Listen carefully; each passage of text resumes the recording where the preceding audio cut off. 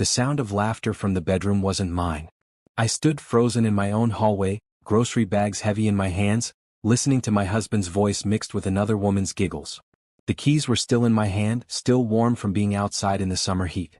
I had come home early to surprise him with his favorite dinner. Instead, I was the one getting surprised. "James?" I called out, my voice shaking despite trying to sound normal. The laughter stopped. Complete silence filled the house like thick smoke. My heart hammered so hard I could hear it in my ears. The grocery bags slipped from my hands and apples rolled across the hardwood floor. Each apple made a dull thud as it hit the ground, like small bombs going off in the quiet. "Honey? You're home early?" James's voice came from upstairs. He sounded nervous, different from his usual confident tone. I knew that voice talking to him earlier. It was Sandra Mills, his boss's wife.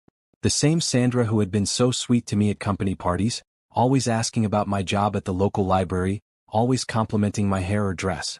The same Sandra who had invited us to dinner just last month, sitting across from her husband Robert while smiling at me like we were best friends.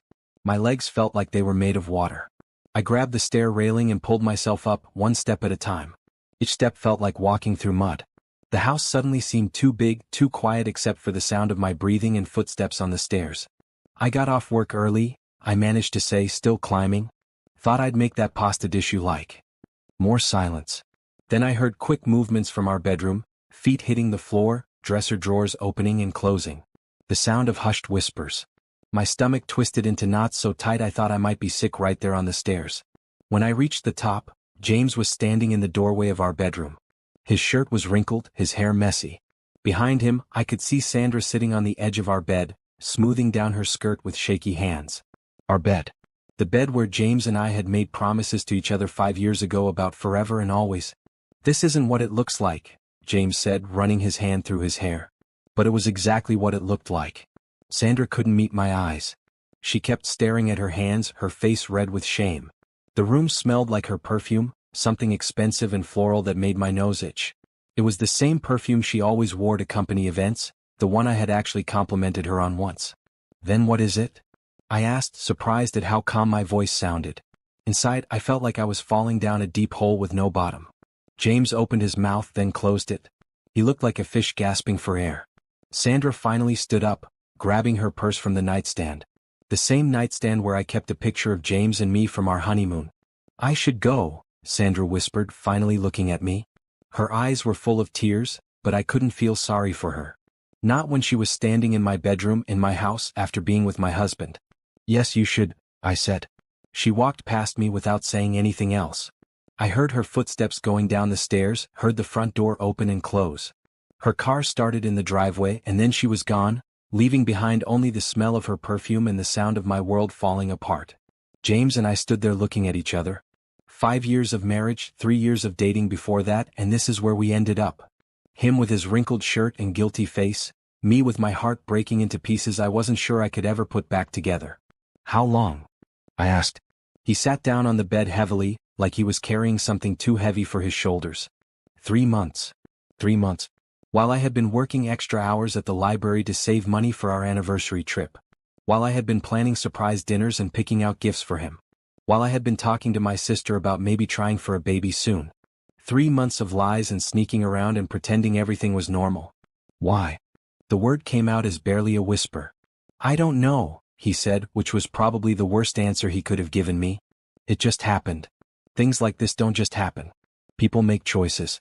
They decide to lie and sneak and hurt the people who love them most. They decide that their promises don't matter anymore." I walked to our dresser and stared at myself in the mirror. Same dark skin, same brown eyes, same face I'd had this morning when I kissed him goodbye and told him I loved him. But somehow I felt like a completely different person.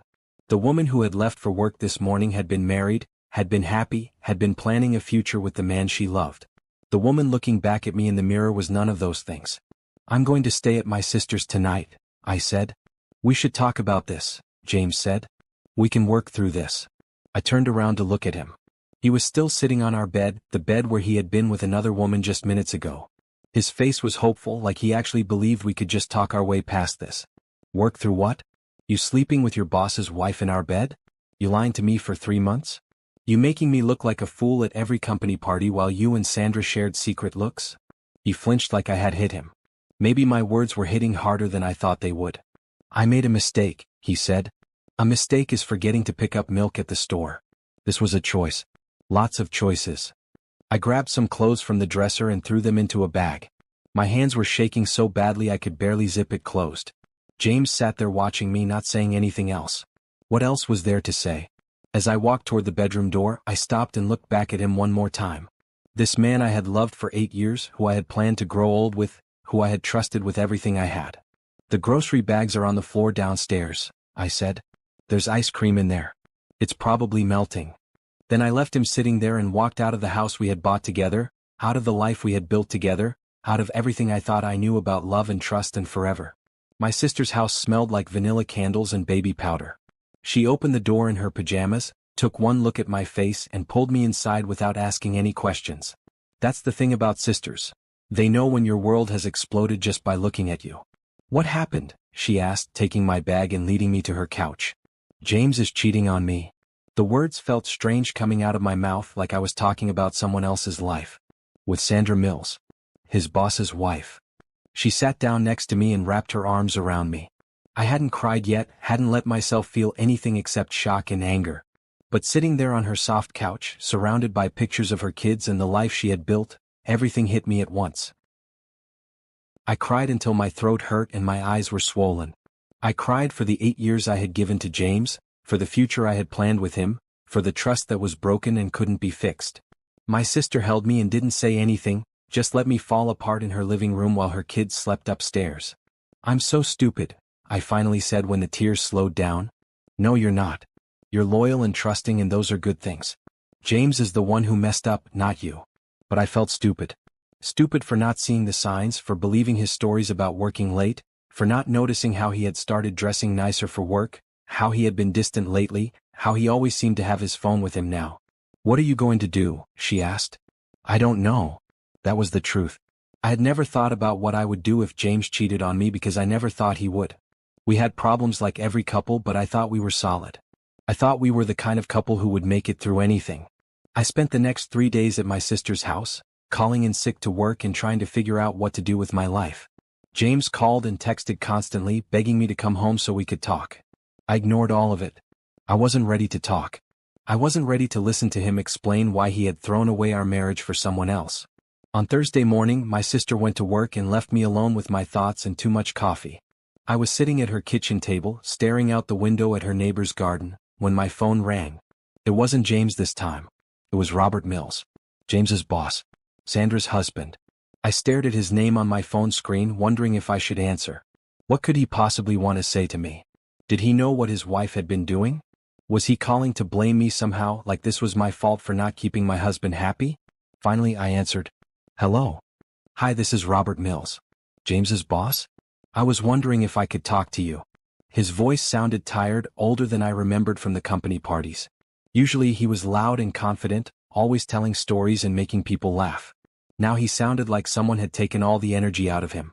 "I'm not sure what we have to talk about," I said. "I found out about James and Sandra." The words hung in the air between us. So he knew.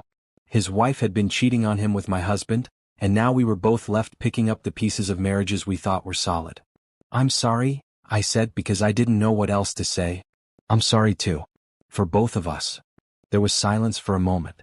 I could hear him breathing on the other end of the line, probably trying to figure out what to say next. This wasn't exactly a normal conversation for either of us. "I was wondering if you'd be willing to meet me for coffee," he said.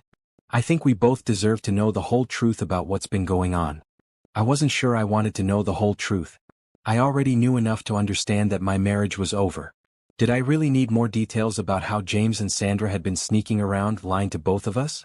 But sitting alone in my sister's kitchen, I realized I did want to know. I wanted to understand how this had happened, how two people I trusted had been able to lie to my face for 3 months. Maybe Robert had answers I didn't have. "Okay," I said. "When? This afternoon? There's a coffee shop on Main Street called the Daily Grind. Do you know it?" I knew it. It was a quiet place with small tables and good coffee, the kind of place where you could have a private conversation without worrying about being overheard. "I'll be there at 2 o'clock. "Thank you," he said. "I know this is hard for both of us." After I hung up, I sat there wondering what I was getting myself into. Meeting with Robert seemed like a reasonable thing to do. We were both victims in this situation, both betrayed by people we loved. But something about his voice, something tired and sad and maybe a little angry, made me nervous. I spent the rest of the morning getting ready, trying to make myself look normal even though I felt anything but normal. I picked out a simple dress, nothing too fancy but professional enough for meeting with James's boss. I put on makeup to cover the bags under my eyes from crying and not sleeping. At exactly 2 o'clock I walked into the daily grind. Robert was already there, sitting at a corner table with 2 cups of coffee in front of him. He looked different than he did at company parties, older, more serious. His usually perfect hair was messy, and his expensive suit was wrinkled like he had slept in it. "Thank you for coming," he said as I sat down across from him. He had ordered me a latte, the kind with foam art on top that I always got when James and I came here together. It seemed strange that he would know what I liked to drink, but then I remembered all those company parties where spouses mingled and made small talk about meaningless things. "How did you find out?" I asked. He laughed, but it wasn't a happy sound. "Sandra left her phone at home yesterday. She never leaves her phone anywhere. It kept buzzing with text messages, so I looked." He took a sip of his coffee and made a face like it was bitter. 3 months worth of messages between her and James. Everything. My stomach twisted. Text messages meant this wasn't just physical. They had been talking, planning, sharing things with each other that they should have been sharing with us. "I'm sorry," I said again. 22 years of marriage, he said, staring out the window. 3 kids. A house, a life, everything we built together. And she threw it all away for what? Excitement? Something new. I didn't have an answer for that. I had been wondering the same thing about James. We had a good life together, or at least I thought we did. We laughed together, talked about our dreams, supported each other through hard times. Why wasn't that enough? "What are you going to do?" I asked. "I already filed for divorce this morning. My lawyer is handling everything." He looked at me with tired eyes. "What about you?"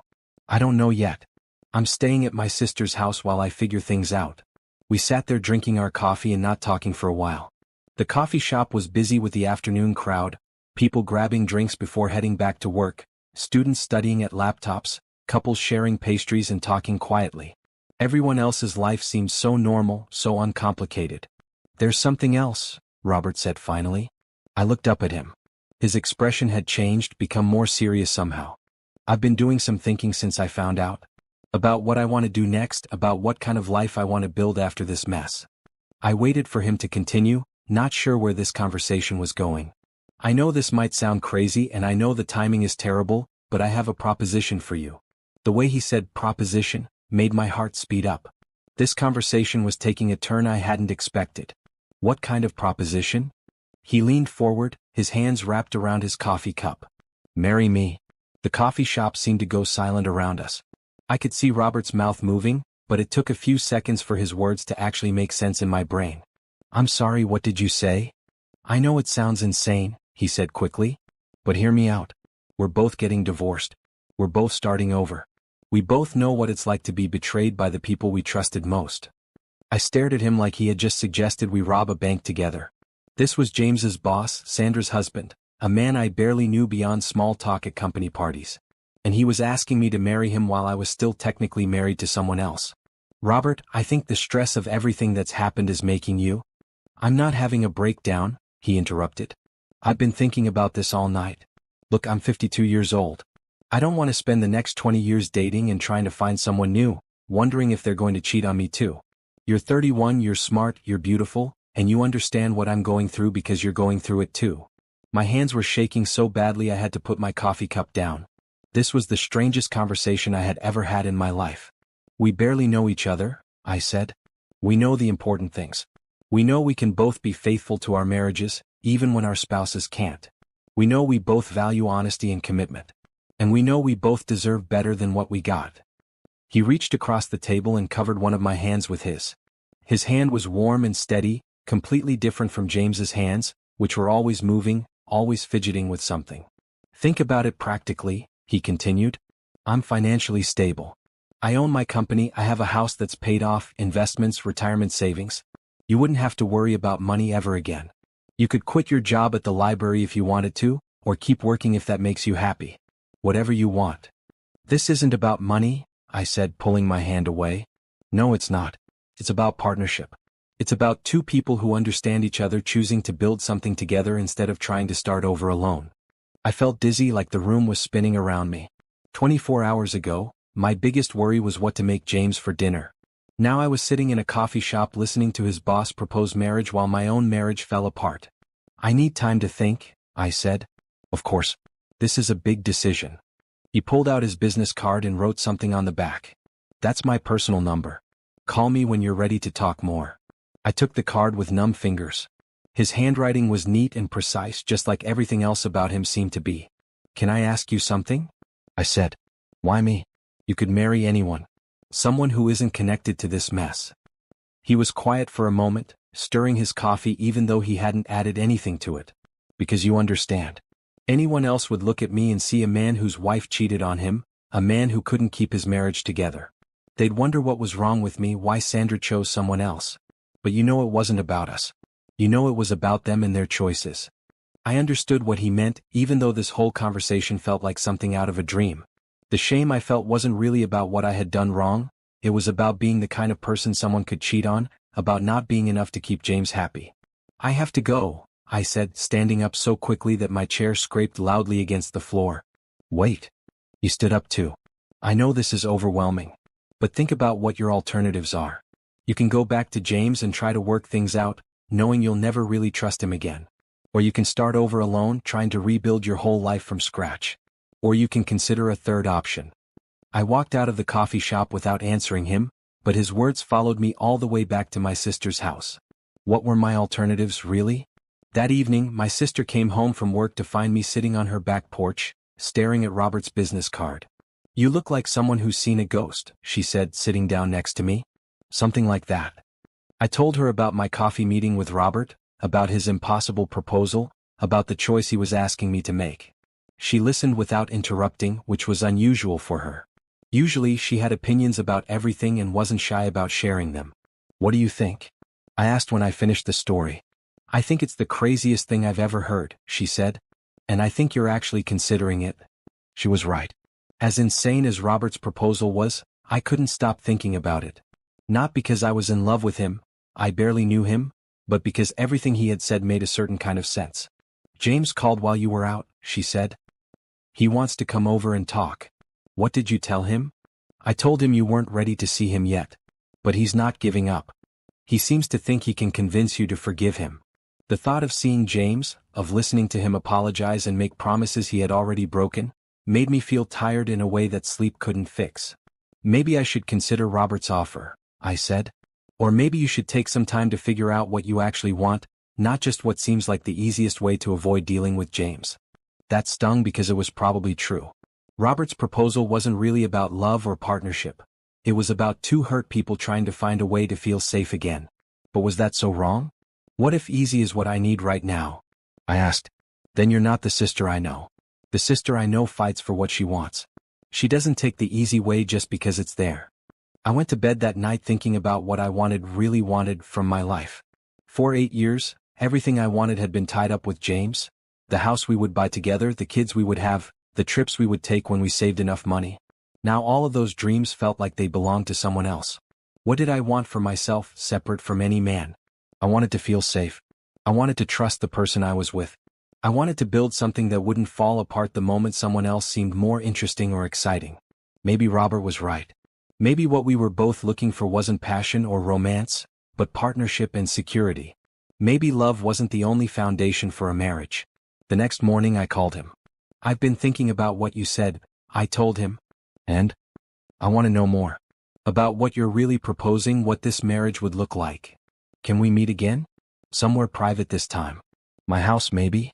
Going to his house seemed like crossing a line I wasn't sure I was ready to cross. But if I was seriously considering his proposal, I needed to understand what I would be getting into. "Okay. This afternoon? I'll text you the address." After I hung up, I sat there wondering what I was doing. Was I making the biggest mistake of my life, or was I finally making a decision that put my own needs first? My phone buzzed with another text from James. "Please come home. We can work this out. I love you." I deleted the message without responding. Love wasn't enough anymore. James loved me, but he had still chosen to betray me. Sandra probably loved Robert, but she had still chosen to hurt him. Maybe what Robert was offering, honesty, partnership, security, was worth more than love that came with no guarantees. I spent the rest of the morning getting ready to go to his house, to hear his full proposal, to make a decision that would change everything about my future. For the first time in days, I felt like I might be taking control of my life instead of just letting things happen to me. Robert's house was nothing like I expected. From the outside, it looked like every other house in the expensive neighborhood.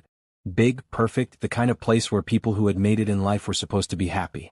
But when he opened the door, I could see that the inside told a different story. Moving boxes were stacked in the hallway. Furniture was covered with sheets. Pictures had been taken down from the walls, leaving behind lighter squares of paint that showed where they used to hang. It looked like a house that was being packed up, a life that was being taken apart piece by piece. "Sorry about the mess," Robert said, leading me through the chaos. "Sandra took most of what she wanted yesterday. Her lawyer and mine worked out who gets what." "How are your kids handling all this?" I asked. His face got tight like someone had pulled a string too hard. "They're angry. At both of us, but mostly at me for filing for divorce so quickly. They think I should try to work things out with their mother." We ended up in his kitchen, which was the only room that still looked normal. He made coffee while I sat at the counter, trying to imagine what it would be like to live in this house, to wake up here every morning, to call this place home. "Tell me what you're really thinking," he said, handing me a mug. "I'm thinking this is insane," I said honestly. "I'm thinking I don't know you well enough to marry you. I'm thinking my sister is right and I'm just trying to avoid dealing with my real problems." He nodded like he had expected me to say that. "You're probably right about all of that. But let me ask you something. What's your alternative? Go back to James and spend the rest of your marriage wondering if he's cheating again? Start over at 31 and hope you find someone better? Online dating and wondering if every man you meet is going to lie to you too?" The questions hit harder than I wanted them to. I had been trying not to think about what came next, but he was forcing me to face the reality of my situation. "At least with me you know exactly what you're getting," he continued. "I'm not going to pretend to be someone I'm not to win you over. I'm not going to make promises about love and romance and forever. I'm offering you partnership, security, and honesty. What would this marriage actually look like?" I asked. He sat down across from me and for the first time since I had known him, he looked nervous. "We'd be friends first. Good friends who take care of each other. We'd live together, share responsibilities, make decisions together. We'd be faithful to each other because we both know what it feels like to be betrayed." "And the physical side of things?" His face got red, and I realized this successful, confident man was actually shy about this part of the conversation. "We'd figure that out as we go. No pressure, no expectations. Whatever feels right for both of us." "What about love? What about it? Look where love got us. Love didn't stop James from cheating on you. Love didn't stop Sandra from throwing away 22 years of marriage. Maybe it's time to try building something on a stronger foundation." I thought about James telling me he loved me every morning before work, even during the 3 months he was betraying me. I thought about Sandra hugging me at company parties, acting like we were friends while she was sleeping with my husband. Maybe Robert was right. Maybe love wasn't enough. "I need to know more about you," I said. "About who you really are, not just the person I've met at parties." For the next 2 hours we talked. Really talked, the way I hadn't talked to anyone in months. He told me about growing up poor, about working his way through college and building his business from nothing. He told me about his first marriage, about how he and Sandra had met when they were both young and broke and full of dreams. "We grew apart over the years," he said. "I was working all the time building the business. She was raising the kids, managing the house. We became roommates instead of partners. I thought that was normal, what marriage was supposed to be like after a while." "When did you know she was cheating?" "I suspected for a while. She was different, happier, more energetic. She started caring about her appearance again, buying new clothes, going out with friends more often. I told myself it was good that she seemed happy again." "But you knew." "I knew. I just didn't want to deal with it. I kept hoping it would end on its own, that she'd realize what she was risking and stop. I understood that kind of willful blindness. I had ignored signs too, told myself James was just stressed about work when he started acting different." "What made you finally look at her phone?" "She came home from lunch with you last week, remember? That day you and she went shopping together while James and I were at the office." I remembered. Sandra had suggested we spend the afternoon together, just the two of us. We had gone shopping, gotten our nails done, talked about everything and nothing. It had been a good day, one of those times when I felt lucky to have such a nice friend. "She came home glowing," Robert continued. "Happy in a way I hadn't seen in years. And I realized it wasn't because she had spent the day with you. It was because she had spent the day thinking about him, planning when she would see him next. I was watching my wife be happy about another man, and I couldn't pretend anymore. I'm sorry. Don't be sorry. Be smart. Look at what we both learned from this mess and decide if we want to use that knowledge to build something better. When I left his house that evening, I had more to think about than ever. Robert wasn't offering me a fairy tale, but maybe fairy tales were overrated. Maybe what he was offering, honesty, partnership, security, was more valuable than passion that could disappear as quickly as it came. That night, James showed up at my sister's house. I was sitting on the front porch when his car pulled into the driveway. For a moment, I thought about going inside, avoiding another confrontation. But I was tired of running away from hard conversations. He got out of the car slowly, like he was approaching a dangerous animal. He looked terrible, unshaven, wrinkled clothes, dark circles under his eyes. Part of me felt sorry for him, and I hated that part of myself. "Can we talk?" he asked, stopping at the bottom of the porch steps. "Talk." He sat down on the steps, far enough away that we weren't touching but close enough that I could smell his cologne. The same cologne I used to love, that now just reminded me of lies and betrayal. "I ended it with Sandra," he said. "Congratulations." "I mean it. It's over. It was a mistake, a stupid mistake, and I want to fix things with you." "You can't fix this, James." "Yes, I can. We can go to counseling, we can work through this together. People get past affairs all the time." I looked at him sitting there, my husband of 5 years, the man I had planned to grow old with. He looked sincere, desperate even. Maybe he really meant it. Maybe he really was sorry. But sorry wasn't enough anymore. "Even if I could forgive you, how would I ever trust you again?" I asked. "How would I know you were really working late and not with someone else? How would I know you were telling me the truth about anything? Because I would prove it to you. Every day for as long as it took." "That's not a marriage, James. That's parole." He was quiet for a long time, staring at his hands. "Is there someone else?" he asked finally. The question caught me off guard. "What do you mean?" "I mean, have you met someone? Is that why you won't even consider working things out?" I thought about Robert, about his proposal, about the choice I was facing. Was there someone else? Not in the way James meant, but maybe yes in a different way. "This isn't about someone else," I said. "This is about you choosing Sandra over me for 3 months. This is about you lying to my face every single day. This is about you making me feel like I wasn't enough to keep you happy. You were enough. You are enough. You just what? Got bored? Wanted something new? Decided our marriage vows didn't matter?" He stood up and started pacing back and forth in front of the porch. "I don't know why I did it.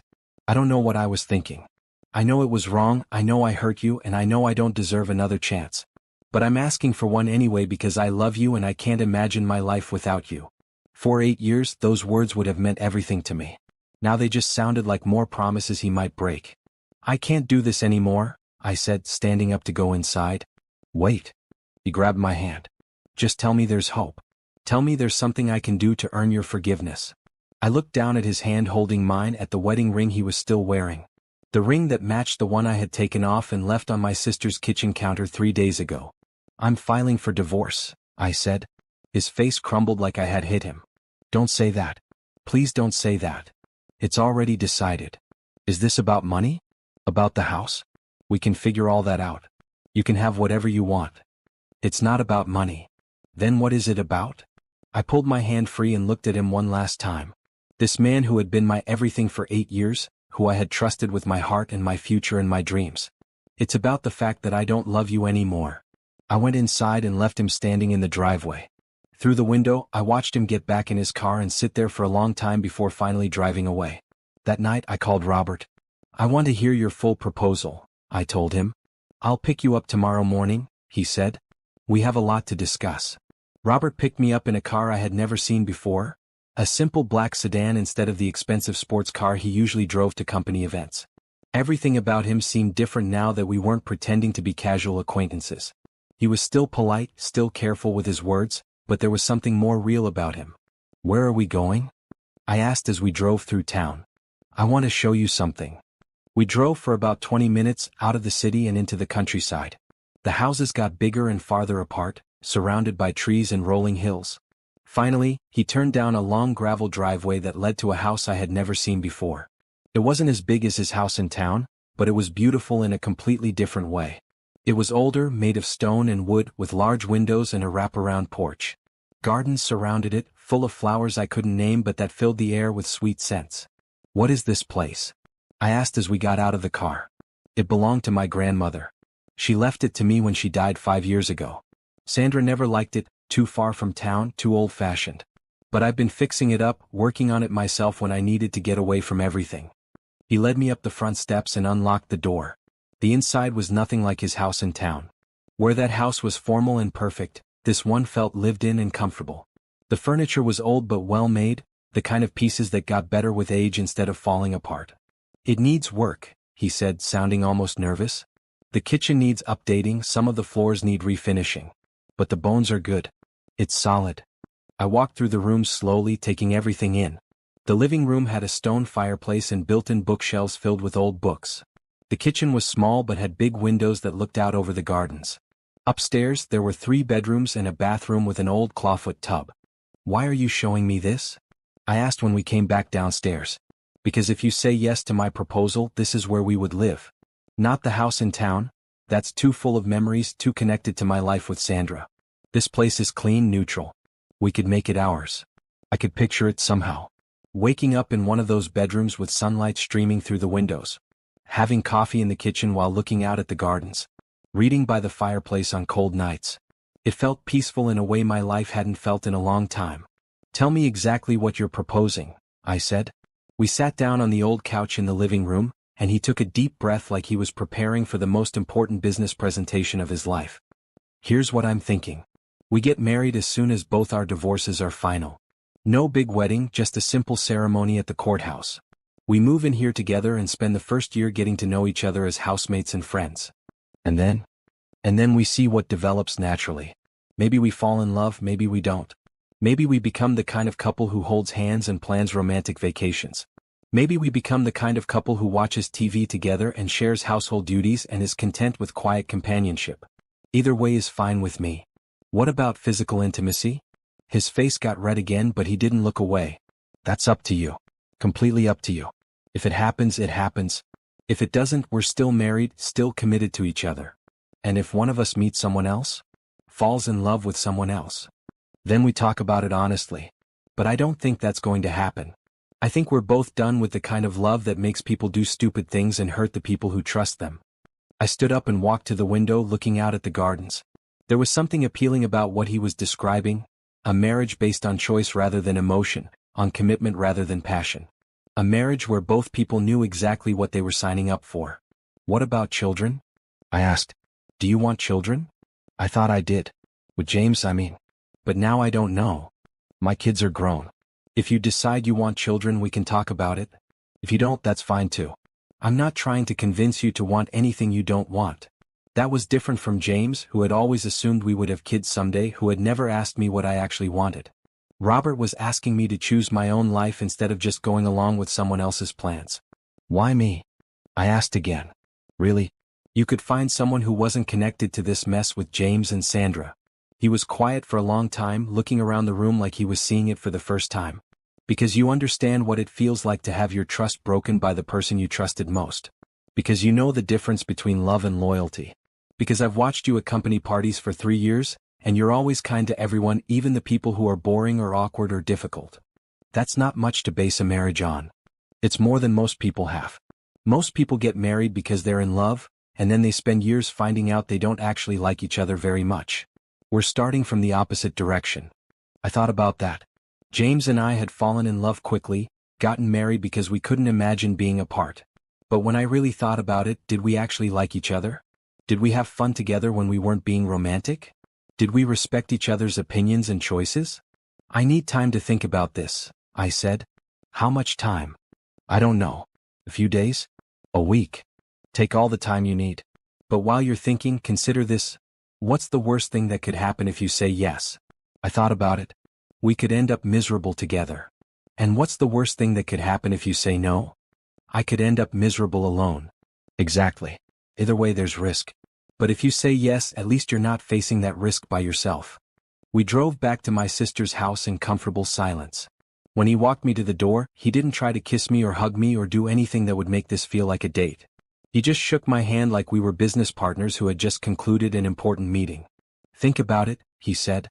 "And remember, this isn't about love or romance or any of the things that failed us before.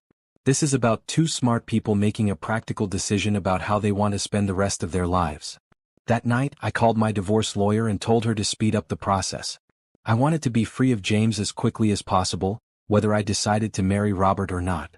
Then I sat down and made a list of pros and cons, the way I used to do when I had to make difficult decisions. Pros: financial security. A nice house in the country. A partner who understood what I had been through. No more dating, no more wondering if someone was lying to me. A chance to build something stable and honest. Cons: marrying someone I didn't love. Giving up on the possibility of finding real love again. Settling for something safe instead of something passionate. But as I looked at my list, I realized the cons were all about things that might never happen anyway. How did I know I would ever find love again? How did I know the next person I fell in love with wouldn't hurt me the same way James had? At least with Robert, I knew what I was getting. He wasn't promising me fairy tales or forever or any of the things that had turned out to be lies when James said them. He was promising me honesty, partnership, and respect. Maybe that was enough. Maybe that was more than most people ever got. The next morning I called him. "I want to try it," I said. "Are you sure?" "No. But I'm sure I don't want to go back to the way things were. And I'm sure I trust you more than I trust anyone else right now. Then let's do it. Let's build something new together." After I hung up, I felt something I hadn't felt in weeks: hope. Not the desperate, grasping hope that James would change or that our marriage could be saved, but quiet, steady hope that maybe my life could be good again in a completely different way. My sister came home from work to find me packing my things. "Where are you going?" she asked. "I'm getting my own apartment while I wait for the divorce to be final. And then I'm getting married again." "To Robert?" "To Robert." She sat down on the bed and watched me fold clothes into boxes. "Are you sure about this?" "No. But I'm doing it anyway." "Why?" I stopped packing and looked at her. My sister, who had been married to the same man for 10 years, who had built a life based on love and trust and all the things I thought I had with James. "Because sometimes safe is better than sorry," I said. "And because I'd rather build something real with someone who understands me than spend the next 20 years hoping to find something magical with someone who might just hurt me again." She nodded slowly. "If this is what you want, I support you. But promise me something." "What?" "Promise me you won't settle for less than you deserve. Even in a practical marriage, you deserve to be happy." "I promise." But as I said it, I wondered what happiness would look like in a marriage without love. Would it be enough to have companionship and security? Would it be enough to wake up next to someone who was honest with me, even if my heart didn't race when I saw him? I guess I was about to find out. Moving into my own apartment felt like stepping into a new life. It was a small place, nothing fancy, but it was mine. For the first time in 8 years, I could arrange the furniture however I wanted, hang pictures I liked, buy groceries without thinking about anyone else's preferences. The divorce proceedings moved faster than I expected. James didn't fight me on anything. Not the house, not the car, not the division of our savings account. His lawyer said he just wanted it to be over as quickly as possible. I wondered if that was because he felt guilty, or because he wanted to be free to pursue someone else. Either way, I was grateful. Every day I stayed married to him felt like wearing clothes that didn't fit anymore. Robert and I talked on the phone every evening, getting to know each other in a way we never had before. I learned that he read mystery novels, that he could cook better than most restaurants, that he had been taking care of his elderly father until he passed away 2 years ago. "What was your grandmother like?" I asked one night. "The one who left you the house." "She was practical," he said. "Never wasted anything, never complained about what she didn't have. She used to tell me that happiness wasn't about getting everything you wanted, it was about wanting what you had." Sounds wise. She would have liked you. She always said the best marriages were between people who chose each other with their heads as well as their hearts. I thought about that after we hung up. Maybe that's what had been wrong with my marriage to James: too much heart, not enough head. I had loved him so completely that I hadn't stopped to think about whether we were actually compatible in the ways that mattered for the long term. 3 weeks after Robert's proposal, I got the call from my lawyer. The divorce was final. I was officially single for the first time in 8 years. That evening, Robert took me to dinner at a quiet restaurant outside of town. Not a romantic place, just somewhere we could talk without being interrupted or recognized by people from work. "How do you feel?" he asked after we ordered. "Free," I said and realized I meant it. "Sad but free." "I know what you mean. My divorce was final yesterday." How are your kids handling it? His face got tight the way it always did when he talked about his children. They're angry with me for not trying harder to save the marriage. They think I gave up too easily. Did you? No. I gave up exactly when I should have. When I realized Sandra had already given up months ago. We ate in comfortable silence for a while. The restaurant was nearly empty, just a few other couples talking quietly at their tables. Everyone else seemed to be having normal conversations about normal things: work, kids, weekend plans. I wondered if any of them were sitting there planning to get married for practical reasons rather than love. When do you want to do this? Robert asked as we were finishing dessert. Soon. Before I lose my nerve. Next week? Next week. We went to the courthouse the following Friday morning. I wore a simple blue dress I had bought the day before. Robert wore a dark suit that made him look like he was going to a business meeting. There were no flowers, no music, no guests. Just two people making a practical decision about their future. The ceremony took less than 10 minutes. We exchanged rings, simple gold bands we had bought together the day before. When the judge pronounced us husband and wife, Robert kissed my cheek gently, like he was sealing a business deal. How do you feel, Mrs. Mills? He asked as we walked out of the courthouse. Mrs. Mills. It would take some getting used to, but it sounded right somehow. More right than Mrs. Williams had ever sounded. Different, I said. Good different. We drove to the house in the country, our house now, and Robert carried my suitcases up to the master bedroom. This is your room, he said, setting the bags down by the window. I'll take the guest room down the hall. I had expected that, but it still felt strange. Married couples were supposed to share a bedroom, weren't they? But then again, we weren't like most married couples. For now, I said. For now, he agreed. That first night in the house, we made dinner together in the small kitchen. Robert had been right about being a good cook. He made pasta with a sauce that was better than anything I had ever tasted in a restaurant. We ate by candlelight, not because it was romantic, but because the overhead light in the dining room was too bright. What happens now? I asked. Now we learn how to live together. We figure out who does what around the house, who pays which bills, how we want to spend our weekends. Like roommates. Like partners. After dinner, we sat on the couch in the living room and watched TV like an old married couple. Robert read the newspaper while I worked on a crossword puzzle. It was peaceful in a way my evenings with James had never been. James was always moving, always talking, always needing attention or entertainment. Robert was content to just exist in the same space, comfortable with silence. When it was time for bed, we said goodnight at the top of the stairs like polite strangers. I went to my room and he went to his, and I lay awake for a long time wondering what I had gotten myself into. But I wasn't unhappy. Confused maybe. Uncertain about the future. But not unhappy. The next morning I woke up to the smell of coffee and bacon. Robert was already dressed and making breakfast, humming quietly to himself. Good morning, he said when I came downstairs in my robe. I hope you don't mind that I started without you. I'm an early riser. I don't mind. He handed me a cup of coffee made exactly the way I liked it, with cream and just a little sugar. It occurred to me that James had never learned how I liked my coffee, even after 8 years of marriage. What do you usually do on Saturdays? I asked. Work in the garden, fix things around the house. Read. What about you? I used to do laundry and cleaning. Sometimes I'd go shopping or visit my sister. Well, now we can do those things together. If you want to. I did want to. It felt good to have someone to share weekend chores with, someone who didn't expect me to do everything myself while he watched TV or went out with friends. We spent the morning working in the garden together. Robert showed me which plants needed water and which ones were ready to be harvested. He had tomatoes and peppers and herbs I had never heard of. Everything was organized and well tended, like the rest of his life. Sandra never liked gardening, he said as we picked tomatoes for lunch. She said it was too much work for not enough reward. I like it, I said. It's peaceful. Then it's yours now. You can plant whatever you want, change whatever you want to change. That afternoon we drove into town to buy groceries together.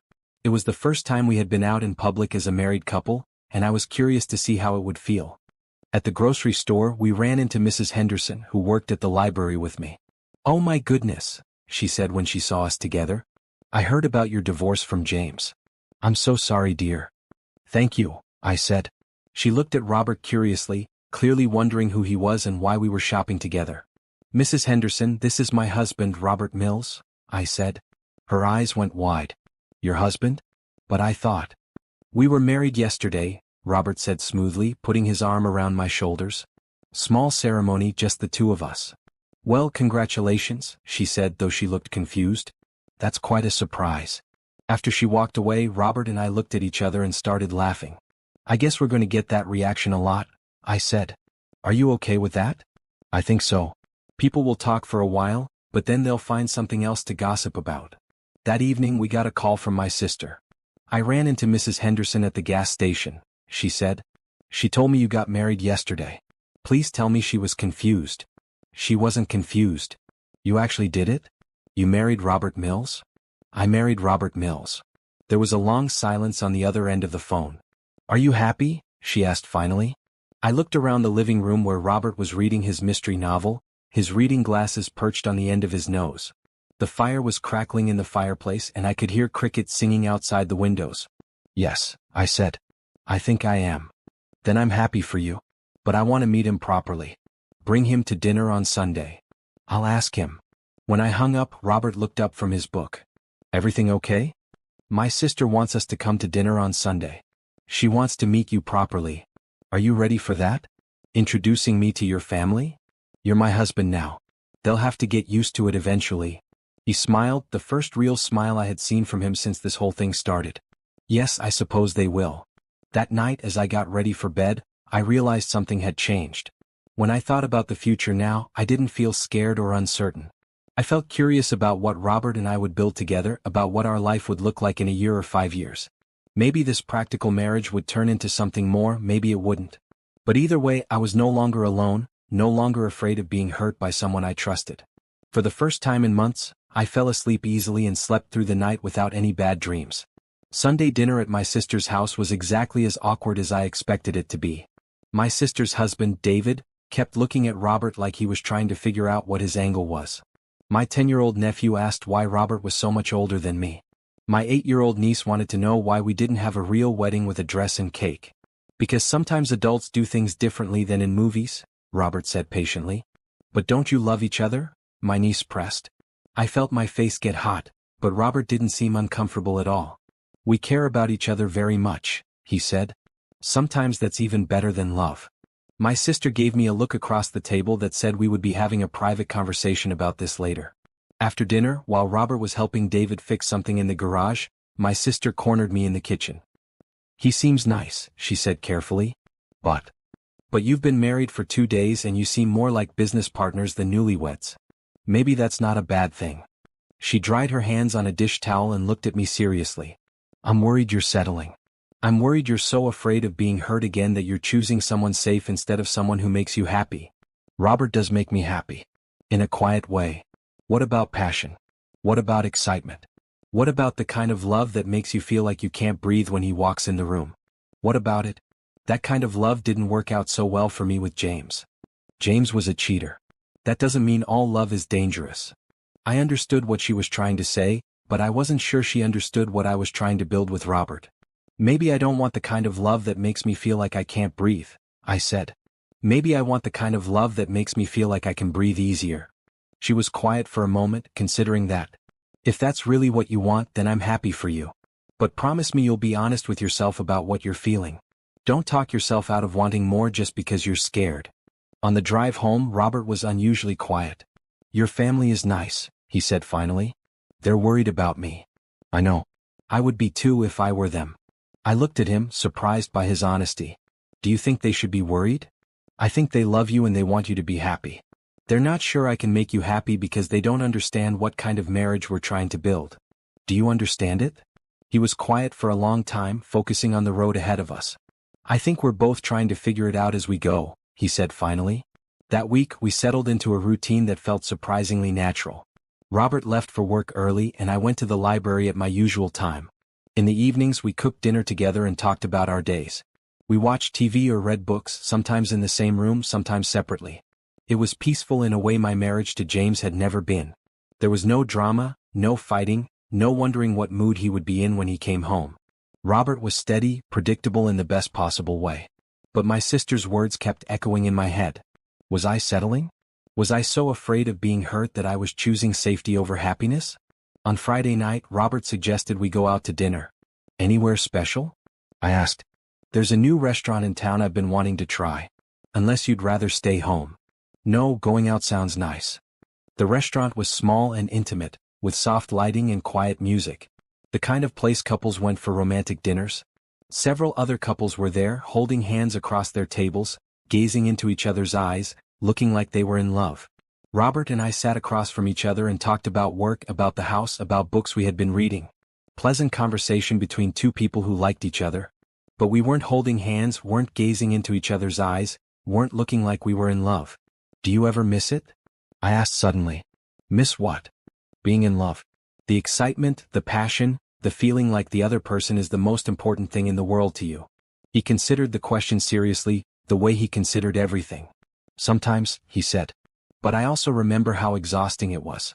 Always wondering what Sandra was thinking, always trying to make her happy, always feeling like I wasn't enough. But there were good parts too, weren't there? Times when being in love felt amazing? Yes. But those times got fewer and farther between as the years went on. By the end, Sandra and I were staying together out of habit more than love. What if we're just skipping straight to the habit part? Would that be so bad? A lot of couples who start with passion end up with habit anyway. Maybe we're just being more efficient. I laughed despite myself. That's a very unromantic way to think about marriage. I'm a very unromantic person. You knew that when you married me. You're a good cook, I said as I watched him bread the chicken. My grandmother taught me. She said a man who couldn't feed himself was half a man. Smart woman. She was. She would have liked you. There was something in the way he said it that made me look up from the salad I was making. He was focused on his work, but I could see a softness in his expression that I hadn't noticed before. Why do you think that? Because you don't complain about things you can't change. Because you work hard without expecting praise for it. Because you're kind to people even when they don't deserve it. Like James? Like James.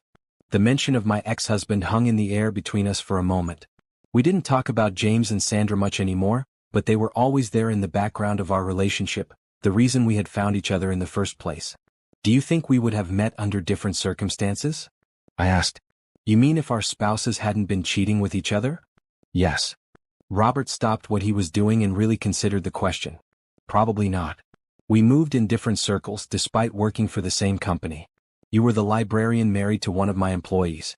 I was the boss married to a woman who didn't work outside the home. Our paths might have crossed at company parties, but we never would have really seen each other. Do you think that means this is all just circumstance? That we're only together because of what they did to us? Does it matter? We're here now building something together. The reason we started doesn't change what we're creating. My sister's family arrived at 6 o'clock sharp. David brought flowers, which he handed to me with a slightly awkward smile. My nephew immediately started exploring the house, fascinated by all the old furniture and hidden corners. My niece stayed close to my sister, watching Robert with curious eyes. This is a beautiful house, my sister said as I gave them a tour. Thank you. It was Robert's grandmother's. It feels like a home, David said, and I could tell he meant it as a compliment. Dinner went better than I had expected. Robert was patient with the children's questions and stories. He asked David about his work and actually listened to the answers. He complimented my sister on her parenting and seemed to mean it. How long have you two been together? My nephew asked during dessert. We got married 3 weeks ago, I said. But how long were you boyfriend and girlfriend first? Robert and I looked at each other across the table. We had known this question would come up eventually, but we hadn't prepared an answer. We were friends first, Robert said carefully. Sometimes when you're adults, you can know pretty quickly if someone is right for you. Like love at first sight? Something like that. After dinner, while Robert and David were outside looking at the garden, my sister helped me clean up in the kitchen. He's different than I expected, she said. Different how? Warmer. More genuine. I thought he might be stuffy or cold, but he's actually quite sweet. He is sweet. And he looks at you like he actually cares about you. He does care about me. Do you care about him? I thought about the question as I loaded plates into the dishwasher. Did I care about Robert? Yes, definitely. More than I had expected to when I agreed to marry him. But how much more? Yes, I said. I care about him a lot. Good. I was worried you were just going through the motions, but I can see that you're not. That night, after my family left, Robert and I sat on the couch in the living room. He had his arm around me and I was curled up against his side, feeling relaxed and content. That went well, he said. They like you. I like them too. Your nephew reminds me of my son at that age. curious about everything, full of energy. Do you miss your kids? Every day. But they'll come around eventually. Once they see that I'm happy and not just trying to hurt their mother. Are you happy? He was quiet for a moment, his hand stroking my hair. Yes, he said. Are you? Yes, I think I am. You think? I'm happy, but it's different than I expected happiness to feel. It's quieter, steadier. Less exciting but more peaceful. Is that good or bad? I think it's good. I think maybe I needed peaceful more than I needed exciting. We sat there in comfortable silence, listening to the sounds of the old house settling around us. The refrigerator humming in the kitchen, the wind rustling the trees outside, the soft tick of the grandfather clock in the hallway. Can I tell you something? Robert said after a while. Of course.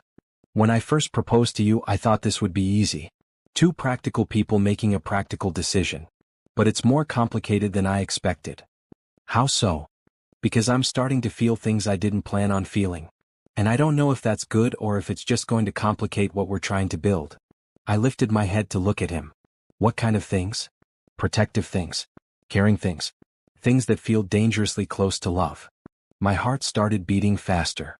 Is that scary? Terrifying. Good scary or bad scary? I don't know yet. I settled back against his chest, thinking about what he had said.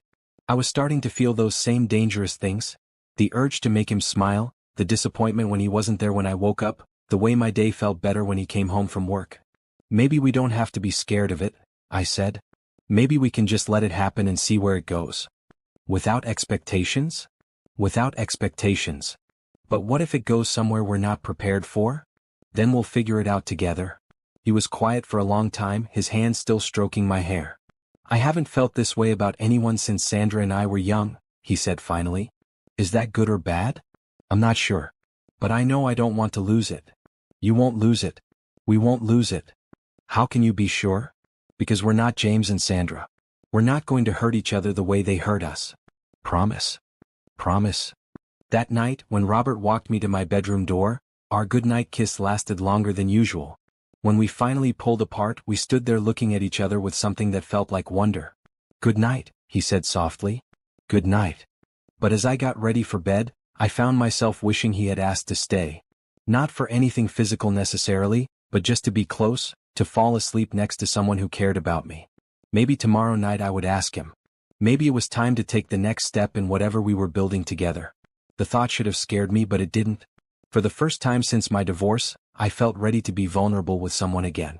And if I was going to be vulnerable with anyone, I was glad it was Robert. The next morning, I woke up to find Robert already gone. There was a note on the kitchen counter saying he had driven into the city to meet with some clients and wouldn't be back until evening. I felt oddly disappointed, like I had been looking forward to seeing him at breakfast. I spent the day working in the garden, thinking about the previous night and the moment we had shared in the hallway. Had I imagined the connection I felt when he took my hand at dinner? Was I reading too much into a simple gesture of kindness? Around noon my phone rang. It was James. I stared at his name on the screen, debating whether to answer. We hadn't spoken since the night I told him I was filing for divorce. What could he possibly want to say to me now? Finally I answered. Hello, James. I heard you got married. His voice sounded strange, hurt and angry and confused all at the same time. Yes. To my boss. Yes. There was a long silence. I could hear him breathing on the other end of the line, probably trying to figure out what to say next. How could you do that? He asked finally. Do what? Marry him. Move on so quickly. Act like our 8 years together meant nothing to you. The anger in his voice surprised me. He was the one who had cheated, who had thrown away our marriage for 3 months of sneaking around with Sandra. How dare he be angry at me for moving on? Our 8 years together did mean something to me, I said. That's why it hurt so much when you betrayed them. But to marry Robert Mills? Of all people. My boss, the husband of the woman I was. The woman you were what, James? The woman you were sleeping with? The woman you chose over me? It wasn't like that. Then what was it like? He was quiet for so long I thought he might have hung up. I made a mistake, he said finally. A terrible mistake. But that doesn't mean you should throw your life away by marrying someone you don't love. Who says I don't love him? Do you? The question caught me off guard. Did I love Robert? I cared about him, respected him, enjoyed his company. I felt safe with him, trusted him in a way I would never trust James again. But was that love? That's not your business anymore, I said. You're making a mistake. He's using you to get back at Sandra and me. Can't you see that? Goodbye, James. I hung up before he could say anything else, but his words stayed with me for the rest of the day. Was Robert using me to get revenge on James and Sandra? Was this whole marriage just an elaborate way of getting back at the people who had hurt us? When Robert came home that evening, I was sitting on the front porch waiting for him. He looked tired from his long day in the city, but he smiled when he saw me. "How was your day?" he asked, sitting down next to me on the porch swing. James called. His smile faded. What did he want? To tell me I was making a mistake by marrying you. To suggest that you're using me to get revenge on him and Sandra. Robert was quiet for a moment, looking out at the garden where we had worked together that morning. "What do you think?" he asked. "I don't know. Are you?" He turned to look at me, and his expression was more serious than I had ever seen it. "When I first proposed to you, maybe there was some element of that," he said slowly. "Maybe part of me liked the idea of showing James and Sandra that we could move on and be happy without them." My heart sank. So James had been right. "But that's not why I married you," Robert continued. "I married you because I genuinely believe we can build something good together. Because I respect you and enjoy your company and think we're compatible in ways that matter. But you don't love me. I don't know what love means anymore. I thought I loved Sandra, but love didn't stop her from cheating on me. You thought you loved James, but love didn't stop him from cheating on you. Maybe what we have is better than love. Or maybe it's just fear dressed up as practicality." He considered that. "Maybe it is. Does that make it wrong?" I thought about the past 2 weeks of marriage, about the peace I had felt in this house, about the comfort of having someone to share meals and conversations and quiet evenings with. "I don't know," I said honestly. "Are you having second thoughts?" "I don't know that either." We sat on the porch swing in silence as the sun set behind the trees. It was a beautiful evening, warm and peaceful, the kind of evening that should have felt romantic. But I felt confused and uncertain about everything. "Can I ask you something?" I said. "Of course." "Last night at dinner when you took my hand, was that real? Or were you just playing the part of a husband?" He was quiet for so long I thought he wasn't going to answer. "It was real," he said finally. "I wanted to touch you, wanted to feel connected to you. It surprised me too." "Good. Because it felt real to me." "Where does that leave us?" "I don't know. But maybe we don't have to figure everything out right now. Maybe we can just keep getting to know each other and see what happens." No pressure, no expectations? No pressure, no expectations. That night, when Robert walked me to my bedroom door, we stood in the hallway again looking at each other. But this time, instead of just saying goodnight, he leaned forward and kissed me softly on the lips. It wasn't passionate or desperate or overwhelming. It was gentle and sweet and full of possibility. When he pulled back, we looked at each other with surprise, like we had both discovered something unexpected. "Good night," he said softly. "Good night." I went to bed feeling hopeful for the first time since James's phone call. Maybe Robert and I didn't have the kind of love that poets wrote about, but we had something real and honest and growing. Maybe that was enough to build a life on. The next week, we fell into an even more comfortable routine. Robert would kiss me goodnight at my bedroom door, a soft, sweet kiss that made me look forward to bedtime. We held hands while watching TV, sat closer together at dinner, touched each other in small ways throughout the day. It wasn't passionate love, but it was something.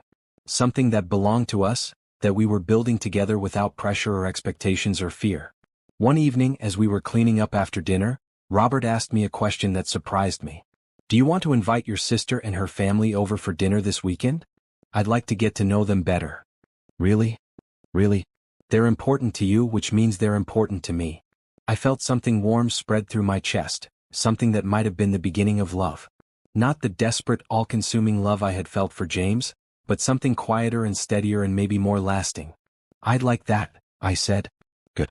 We'll cook together, show them what our life is like." Our life. I like the sound of that.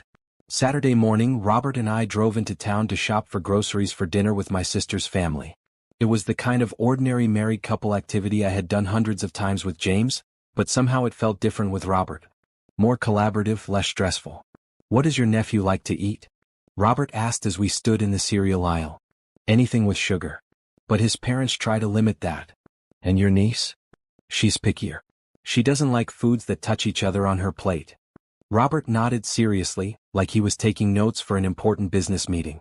"We can work with that." We decided to make chicken parmesan with pasta and salad, foods that could be served separately for my niece, Simple enough that my nephew would eat it, fancy enough to impress my sister and her husband. As we walked through the grocery store together, I noticed other couples shopping. Some looked stressed, arguing about brands or budgets. Others looked bored, going through the motions of a routine they had done too many times. But a few looked happy, genuinely enjoying each other's company even while doing something as mundane as buying groceries. I wondered which category Robert and I fit into. We weren't arguing or looking bored, but were we happy? It was hard to tell the difference between contentment and happiness sometimes. "What are you thinking about?" Robert asked as we loaded bags into the car. "Just watching other couples, wondering what their stories are." "What did you conclude?" "That most marriages are probably more complicated than they look from the outside." "Including ours?" "Especially ours." That afternoon we cooked together in the kitchen, working side by side to prepare dinner for 4 adults and 2 children. Robert was methodical and precise, following recipes exactly. I was more improvisational, tasting and adjusting as I went. Somehow, our different styles complemented each other. "You're a good cook," I said as I watched him bread the chicken. "My grandmother taught me."